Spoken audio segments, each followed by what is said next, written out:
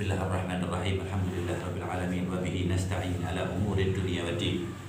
Wassalatu wassalamu ala sayyidil anbiya wal mursalin sayyidina Muhammad bin Abdillah wa ala alihi wa ashabihi wa man tabi'ahu bi hudahu ila yaumiddin. Amma ba'd.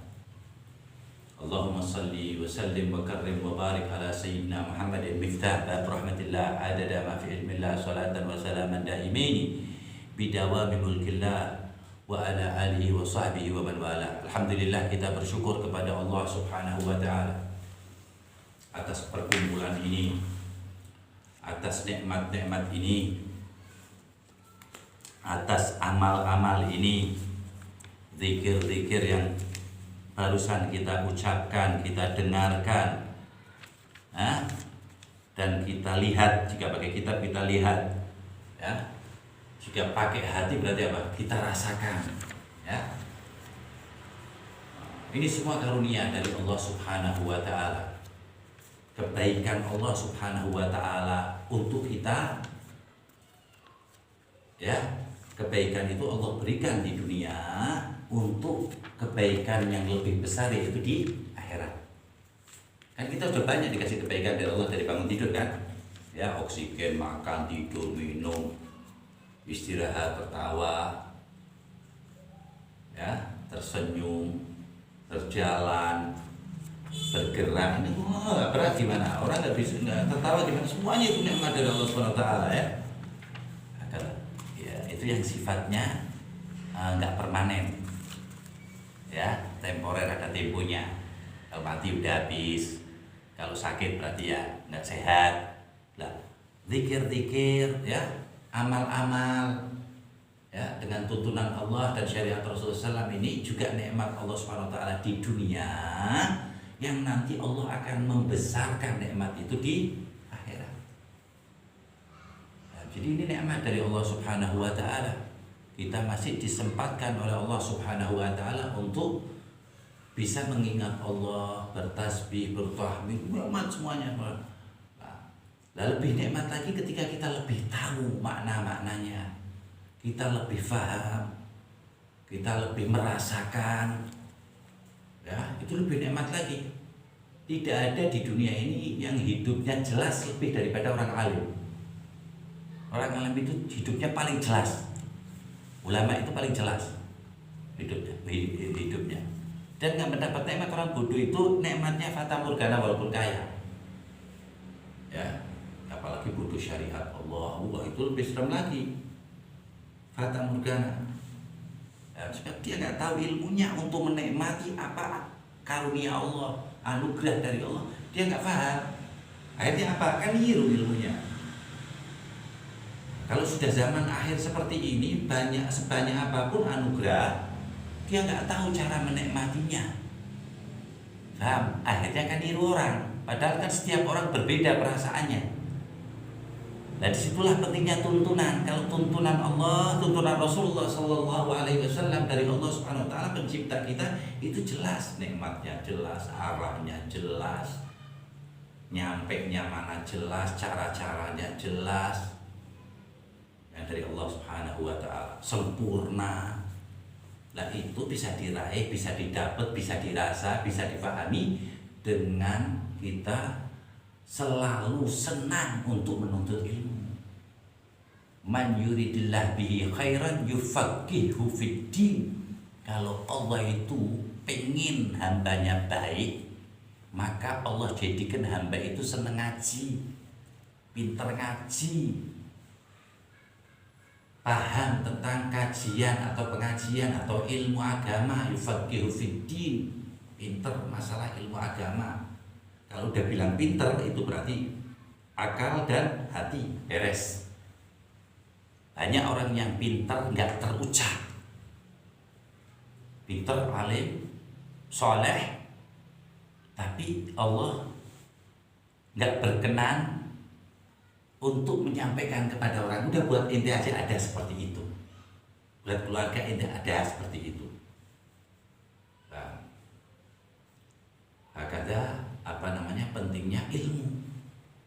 Makanya kata Imam Haddad itu tentang ilmu apa? Wal ilm ma'un litilkan nari yudfiha. Ilmu itu laksana air yang bisa memadamkan api kebodohan. Berarti selain alim bodoh, berarti selain alim api, berarti selain alim merusak, berarti selain alim menghabiskan. Kan api menghabiskan. Selain alim berarti apa? Yusid, menghancurkan. Nah, makanya itu kan kita sering katakan bahwa bodoh itu aib dalam agama, aib di akhirat. Ya Allahumma ajirna minal jahil, ya, minal juhala, minal jahilin, diselamatkan dari kebodohan, minal ghafilin, juga lupa, itu penting, itu dijauhkan dari itu.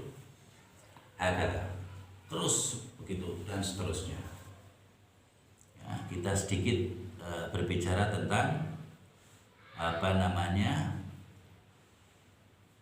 satu ayat tentang orang yang paling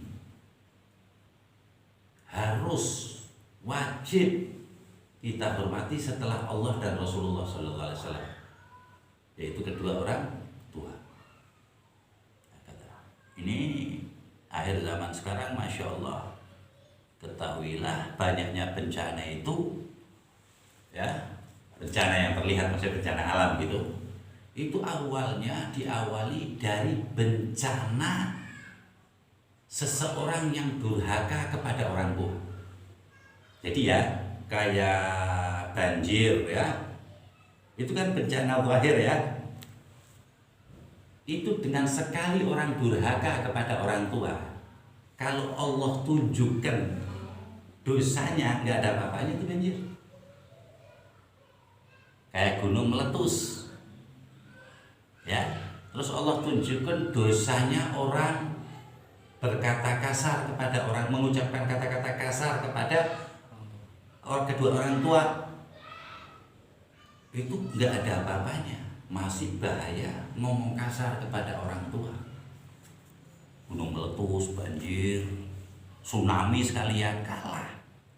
Kenapa kok kalah? Allah berfirman di dalam hadis qudsi, ya, di dalam sahih, man asbaha murdiyan liwalidayhi wa muskhitan li wa ana bihi sahib. Siapa yang aku ridhoi tapi kedua orang tuanya tidak meridhoinya atau marah atau benci atau jengkel kepada orang tersebut, kedua orang tuanya jengkel, Allah ridho, maka aku akan membenci, gak jadi ridho Allah. Allah berhentiin ridhonya menjadi benci. Wa man asbaha muskhitan liwalidayhi man asbaha murdiyan liwalidayhi wa muskhitan li wa ana bihi rad, ya. Pertama, ya, siapa yang diridhoi kedua orang tuanya dan aku murka kepada hamba tersebut, maka aku menjadi ridho.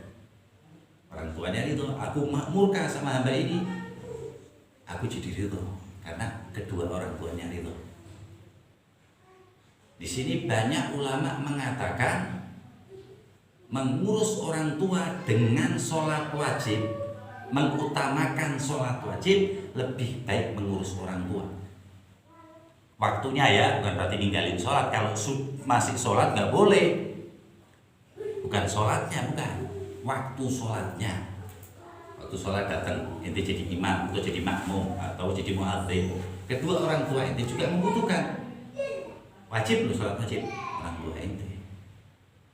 Tapi yang sifatnya tidak meninggalkan sholat, mentakhirkan atau meninggalkan, apalagi meninggalkan sholat, nggak dapat dua-duanya malah. Nah, ya.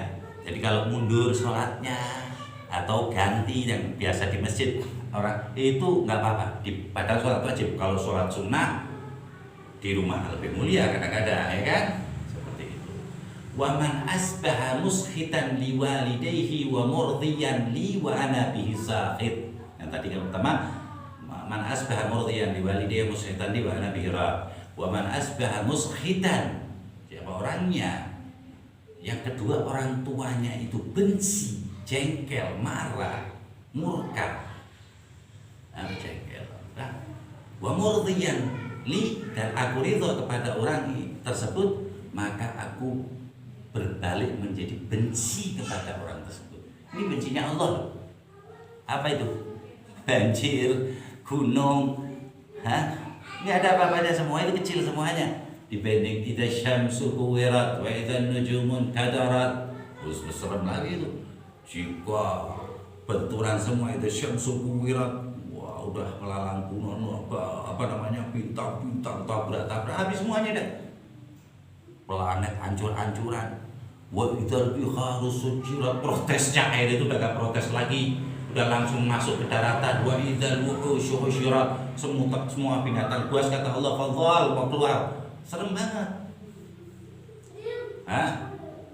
Itu jengkelnya Allah adalah bisa diredam dengan ridhonya kedua orang tua.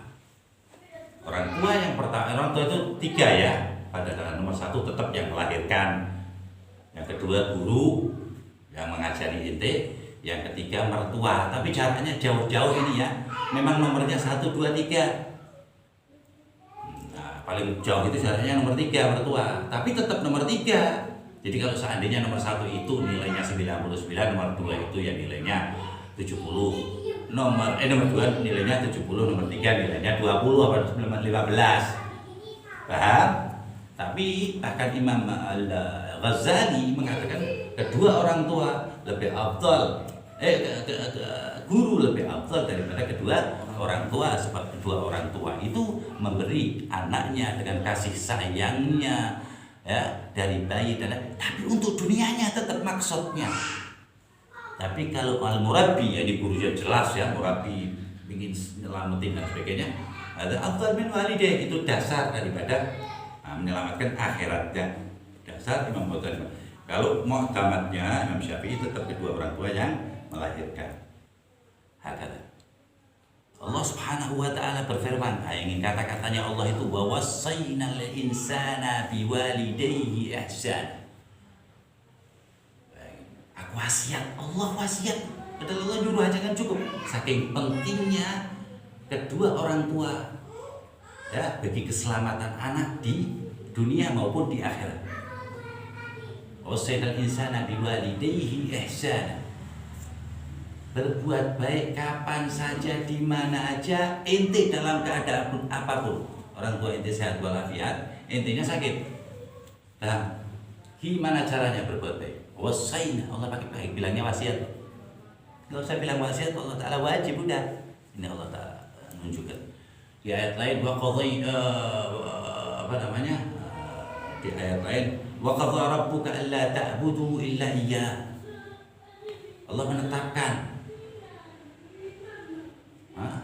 jadilah kamu wa qadha rabbuka, Allah Subhanahu wa taala Tuhan kamu menyuruh engkau dan menyuruh engkau agar menyembah Allah tanpa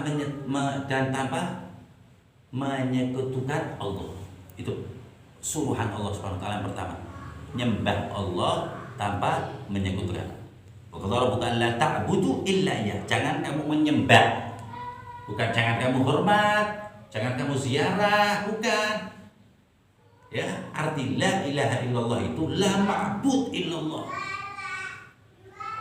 Ya, tidak ada yang pantas yang ini.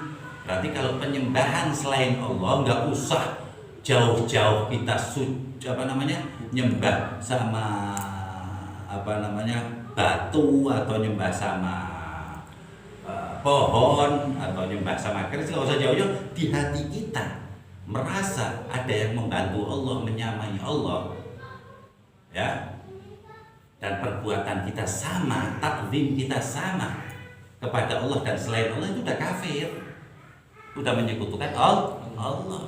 Jadi nggak usah kita capek-capek sujud sama pohon ataupun batu. Allah bilang apa? Apa tadi ayatnya? Astagfirullahaladzim. Wa qadha rabbuka alla ta'budu illa iyyah. Allah menetapkan janganlah engkau sekalian menyembah kecuali kepada Allah. Itu udah patah, udah selesai urusan. Kenapa urusan selesai? Dengan la ilaha illallah, selesai. Artinya tidak ada yang patut disembah kecuali Esa, kecuali yang Esa, kecuali yang Maha, kecuali yang Satu, kecuali yang bisa Allah sembah. Ya. Nah, Allah bilang Allah ta'budu. Nah, itu la ilaha illallah menyelamatkan orang dari penyembahan selain Allah. Tapi Allah menyuruh berbuat baik, ta'zim, takrim, tajlil. Itu hukumnya ada yang wajib dan ada yang sunnah. Ya, kita hormat kepada orang soleh, ya, wajib kepada orang tua. Ya, orang soleh yang kita harus berhusnudzon, berbuat baik kepada sesama manusia. Kalau orang tua wajib. Karena orang bukan Allah ta'budu illa wa bil walidaini ihsan. Enggak sholat tuh habis itu orang tua dulu. Segitu tingginya martabatul walidain, kedua orang tua. Sampai di dalam sholat waladhdallin amin itu kita disunahkan baca Rabbana walidayya warhamhuma kama rabbayani shaghira. Sampai Allah mutusin kan di Quran, ayat Quran ini. Ini pentingnya kedua orang tua menghormati. Dan ini orang tua itu disuruh apa aja kita harus taat. Apa ayatnya tadi? Kalau bukan letak jauh berbeda. Imma yablughan andakum kibar ahadum aw kilahuma fala taqul lahum. Ayat lainnya ya. Ketika orang tua itu menyuruh kamu menyekutukan Allah. Orang tua itu nyuruh kamu apa? Menyekutukan Allah. Kamu jangan jadi Islam, jadi Kristen kan menyekutukan Allah tuh ada 3, ya. Atau jadi jangan menyembah yang gak kelihatan itu Allah Taala, nyembah aja kuburan. Itu kan nyuruh menyekutukan Allah. Wala tuti'huma kata Allah Taala. Kalau menyuruh kamu untuk menyekutukan, wala tuti'huma. Terusannya ini didengerin, wala tuti'huma, jangan kamu taati. Ini urusan sama anak. Siapa anak-anak yang nyiptain ente, nyiptain orang tua ente? Wala tuti'huma. Amin. Tapi setelah ayat itu apa kata Allah Ta'ala? Wa sahibhuma fid dunya ma'rufa. Ente jangan taatin kalau nyuruh menyekutukan Allah. Tapi kamu temeni, kamu baiki tetap. Paham ya? Bukan berarti jangan taati orang tua kita disyirikkan. Enggak. Wala tuti'huma, terusan ayat itu wasahibhuma. Dekati, perbaiki. Paham? Urusan hidayah orang tua ente bukan di tangan ente. Ente disuruh sama Allah Ta'ala taat aja udah. Jangan sholat nggak boleh kita. Nggak sholat.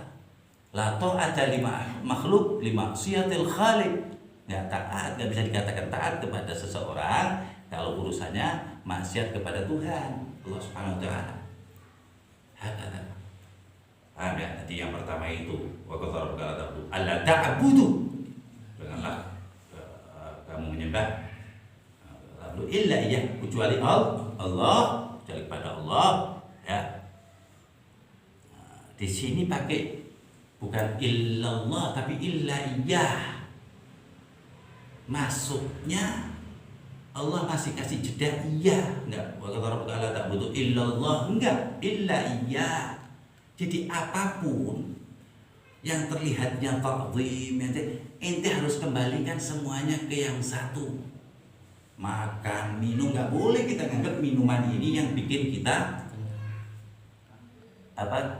nggak haus, atau makanan yang menjadikan kita kenyang. Ini cuma perantara, wasilah, ya.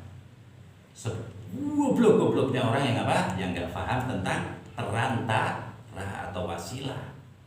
Jadi orang sekarang udah banyak makan lupa. Lah Imam Sya'rani alaihi rahmatullah, Rabbi fanfa'na bil Imam Sya'rani, kubar salihin, ya, orang saleh yang luar biasa, mengatakan setiap makan, setiap minum, setiap mau naik kita itu diwajibkan, khususnya makan, untuk membaca basmalah atau mengingat Allah, biar ada kontrolnya. Jangan pemikiran ini habis selesai makan anak kenyangnya karena makanan ini bahaya. Itu syirkul khafi. Syirik berarti enggak. syirkun khafi, nggak berasa gitu. Hati-hati. Kalau pikir sedikit kan kita paham, kita yakin ya bahwa semuanya itu atas izin Allah. Makan nih, ya kan gampang sih keblur, ya kan kelapar banget, udah gak kuat makan aja kita begitu kenyang, alhamdulillah semangat olahraga, udah makan aku jadi kenyang. Bukan karena makan aku kenyang, tapi makanan ini menjadikan aku kenyang, kan bahaya. Paham? Seperti itu. Ini makanan yang dihadapin. Nah ini orang doa, mendoakan orang mati, datang ke kuburan, dibilang nyembah kuburan. Anak takut nanti kalau dikira nyembah nasi lodeh. Paham ya? Seperti itu. Orang istighath li ghairillah.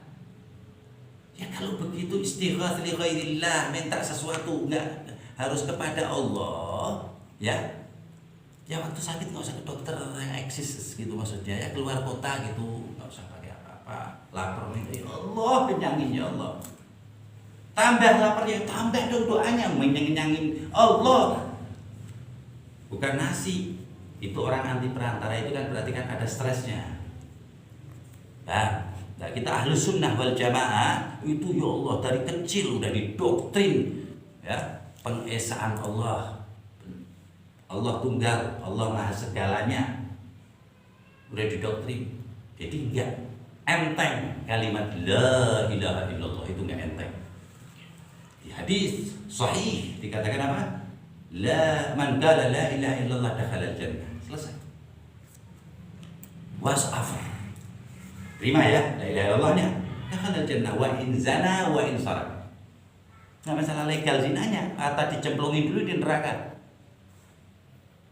Ini Rasul ngasih misalnya, nggak ngasih apa percontohannya zina dan maling. Bayangin, zina dirajam, maling dipotong tangan, itu masih nggak legal, masih legal, la ilaha illallah, masih wajib masuk surga. Rajam tuh sampai mati loh, pak lemparin, potong tangan. Nggak, Allah Rasul itu apa namanya? Mencontohkannya itu hal yang mudah walaupun tidak ada dosa yang ringan ya kalau selalu dilakukan. Tapi zina kan besar, dosa besar, hududnya itu besar. Bagaimana kira-kira orang yang ngentengin kalimat la ilaha illallah Muhammadur Rasulullah, ya lebih zina, lebih dari maling dong. Orang ngucapin la ilaha illallah bilang musyrik. Lagian kan kesian gitu ya, maksudnya begini, kita datang ziarah kepada kedua orang tua kita, wali sekalian atau siapa ya, doakan, kita mendoakan apa enggak? Mendoakan itu berarti memberi apa minta? Memberi kan? Memberi itu identiknya kan di bawah didoakan. Nah, Rasul itu setiap hari nggak pernah terlambat, kalau nggak kebagi ya dari rumah. Setiap mau sholat subuh doakan ahli bagi rumahnya Rasulullah, di belakangnya pemakaman bagi keluarga. Seperti itu pentingnya ziarah ini Rasulullah SAW. Hakata. Jadi apa namanya, pentingnya tawassul juga ya, wasilah, maulid, tahlil ya. Ini masa kita ngomongin hal-hal seperti itu biar mantep aja. Itu amal-amal anbiya, jangan main-main ente. Nabi Musa itu yusalli fi qabri, hadis sahih al-Bukhari. Kenapa Nabi Musa itu enggak sholat di tempat lain, di sebelahnya apa? Yusalli fi qabri, kata Rasulullah SAW. Ketika aku Isra Mi'raj, aku melihat Musa lagi sholat di kuburannya, sahih al-Bukhari. Tapi Nabi Musa kan enggak berani ya dibilang kubur ini apa, nyembah kubur. Jelas sholatnya di kuburan. Iya kan? Jadi jangan mengentengkan kalimat la ilaha illallah. Kalau manusia yang kita hadapin, ingat kedua orang tua. Gak ada berhenti sampai mati ya. Sampai kita mati orang tua kita udah nggak ada, terus baktinya nggak boleh berhenti. Baktinya kita ikuti apa namanya, nasihat-nasihatnya. Bakti yang sifatnya seterusnya mendoakan. Apa nasihat dia tentang kebaikan yang dijalani. Hal yadhak fi qabri, biar mesem, seneng ning kubure. Paham ya? Itu caranya membahagiakan orang tua. Rasul sallallahu alaihi wasallam bersabda apa? Birru aba'akum tabirrukum abna'akum. Taatlah kamu sekalian kepada kedua orang tua kamu, nanti anak-anak kamu akan taat sama kamu sekalian. Ya, kata Rasul apa? Birru aba'akum tabirrukum abna'akum. Taatlah kalian semua dengan orang tua kalian, niscaya anak-anak kalian akan taat kepada kalian. Dan ingat, ya, Allah itu menjanjikan pahala itu di akhirat, siksa juga di akhirat, kecuali dua ini hal. Taat kepada orang tua pasti mulia dulu di dunia, nggak bakalan mati dulu, mulia dulu. Nah, dan sebaliknya, durhaka kepada orang tua pasti hina dulu di dunia, pasti diadab dulu. Allah nggak matiin orang itu sebelum adab dulu di dunia. Dan jumhur ulama bahkan ada hadis ya, walaupun dhaif tetap kalam Rasulullah SAW. Paham ente? Jadi hati-hati kalau ngatain orang-orang dulu, nanti bisa berani ngatain orang tua kita, ya kan? Tidak ada hukum Islam, agama Islam yang menyuruh kita mengoreksi amalan orang-orang terdahulu. Kalau menceritakan yang diceritakan Allah wa Rasulullah di dalam Al-Quran atau cerita lainnya ya, yang ada di dalam nas untuk sebagai contoh keburukan ataupun kebaikan. Tapi kalau kita untuk melaknat, menyalahkan tidak boleh. Ya, sesungguhnya Allah SWT itu ahkamul hakimin. Allah SWT yang maha menghakimi dari semua yang menghakimi Allah Ta'ala. Jadi siapa yang menghakimi orang di dunia, dia banyak akan dihakimi di akhirat. Ingat ya, banyak menghakimi orang di dunia, maka dia akan banyak tuntutannya di akhirat. Inkan, walaupun ya yang dihakimi itu benar apa adanya, itu salah, itu salah, itu salah, itu salah, maka Allah akan menanyakan, kenapa ente menyalah-nyalahkan orang padahal benar? Apakah tidak lebih baik engkau memikirkan kesalahanmu karena kamu bukan maksum? Pasti ada salahnya orang. In kana waliyan. Jadi bayangin satu faham suka nyalain orang, terlebih orang terpilih, dipilih, wali, orang soleh. Ya, amit-amit kalau kata orang itu, ya kan? Apa? Amit-amit. Allah salimna ya, semoga kita itu banyak syafaatnya ya, mendoakanlah. Allah juga memberitahu untuk orang yang dulu ya, validitas la ilaha illallahnya jelas. Orang sudah berlalu ya, tapi orang itu kita tahu Islam. Bodoh, mau maksiat, itu nanti urusannya Allah. Fahisabu Allah. Allah ngasih tahu ramuannya. Untuk orang-orang dulu caranya kata Allah Ta'ala, walladzina ja'u min ba'dihim. Ini kan datang setelah orang-orang dulu. Sebab dulu itu enggak perlu sekarang. Ingat ya, waktu dulu itu tidak membutuhkan waktu sekarang. Kalau waktu sekarang itu membutuhkan ilmu, waktu dahulu. Waktu dulu maksudnya, waktu lampau.